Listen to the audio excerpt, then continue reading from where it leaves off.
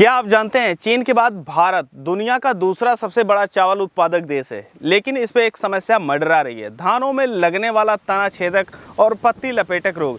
इस रोग से बहुत सारे किसान परेशान रहते हैं। तना छेदक और पत्ती लपेटने वाले कीड़ों से बचने के लिए किसान तमाम प्रकार के कीटनाशक अपने खेतों में प्रयोग करते हैं, लेकिन कई बार देखने को मिलता है कि बेहतर रिजल्ट नहीं मिलता है। तो आज हम अपने धान की फसल में प्रयोग करने जा रहे हैं श्रीराम की तरफ से आने वाली दवा क्रोन। दवा प्रयोग करने से पहले हम आप लोगों को बता देते हैं कि ये जो तना छेदक और पत्ती लपेटक होते हैं, यह आपकी धान की फसल को नुकसान कैसे पहुंचाते हैं। जब हमारे धान की फसल में तना छेदक लगता है तो जो हमारा मुख्य तना होता है इसको ये काट देते हैं, जिसकी वजह से जब बालियां निकलती हैं तो वह इस तरीके से सूखी हुई रहती हैं। आप लोग यहाँ पर हमारे हाथ में देख रहे हैं, यह एक स्वस्थ धान का पौधा है जिसमें जो बाली निकली हुई है यह पूरी तरीके से स्वस्थ है और इसमें जो दाने की बनने की प्रक्रिया है यह तेज़ी से चल रही है।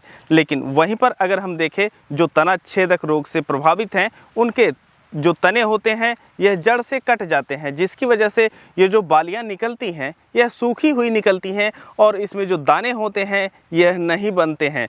तो ज़रूरी ये हो जाता है कि बालियां निकलने से पहले ही हम तना छेदक रोग की पहचान करें और उसके बाद दवा का प्रयोग करें, जिससे जो बालियां हमारी निकलें वह रोग मुक्त निकलें। और जो धान में पत्ता लपेटने वाले कीड़े होते हैं, यह जो धान की पत्तियाँ होती है इनको गोल आकार में लपेट देते हैं, जिसकी वजह से इन्हें पत्ता लपेटक कहा जाता है। और लपेट करके ही यह घर बना लेते हैं जिसमें यह अंडे और बच्चे देते रहते हैं। और इसके साथ साथ जो आपके धान की पौध होती है उसे भोजन के रूप में प्रयोग करते हैं, जिससे आपकी धान की पौध खराब हो जाती है, जिससे आपका उत्पादन प्रभावित होता है। अगर आप लोग इस रोग को कंट्रोल नहीं करते हैं तो जो इनके अंडे और बच्चे होते हैं ये एक पौधे से दूसरे पौधे में, दूसरे से तीसरे में, इसी तरीके से देखते ही देखते कुछ ही दिनों में पूरे खेत में फैल जाते हैं, जो कि धान की फसल को बहुत ज़्यादा प्रभावित करते हैं। तो इन रोगों से बचने के लिए हम प्रयोग कर रहे हैं श्रीराम की तरफ से आने वाली क्रोन। और ये जो क्रोन है इसे खास बनाता है इसका फार्मूला। इसमें पाया जाता है टेट्रानिलीप्रोल।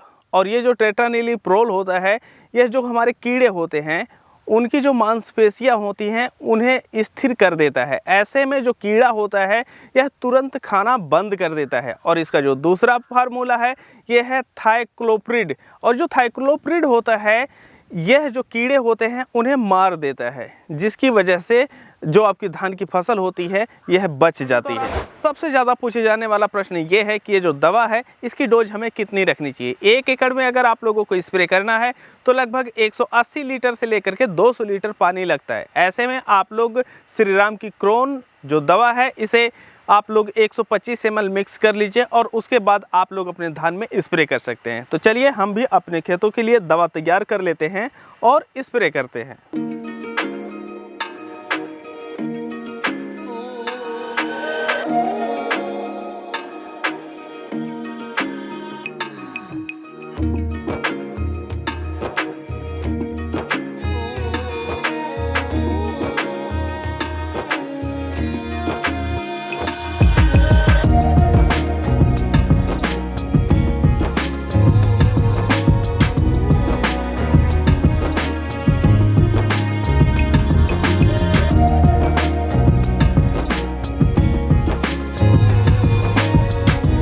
हमें अपनी धान की फसल में स्प्रे किए हुए 36 घंटे हो चुके हैं। इसका जो रिजल्ट है आप लोगों के सामने, जो तना छेदक लगे थे आप लोग देख सकते हैं वह पूरी तरीके से ख़त्म हो चुके हैं और अब यह बढ़ेंगे नहीं, जिससे जो हमारी फसल रहेगी यह सुरक्षित रहेगी। अगर वहीं हम पत्ती लपेटक की बात करें तो जो पत्ती लपेटक थे यह भी पूरी तरीके से समाप्त हो चुके हैं।